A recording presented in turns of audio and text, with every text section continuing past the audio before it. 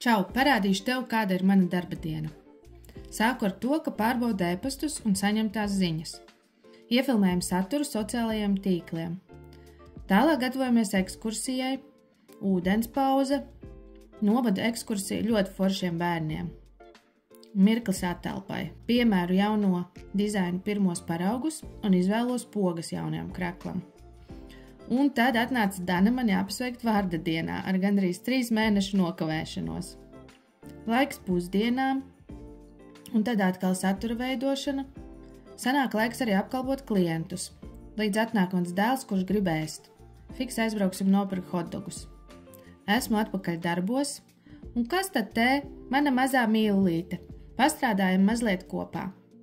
Un kad visi bērni ir prom, varu beidzot paskatīties, kas ir kastē, ko kurjers atveda jau pusdienlaikā. Dienas beigās atceros, ka jāapsūta izvēlētās pogas. Darba diena ir noslēgusies, tagad iešu uz sportiņu. Čau!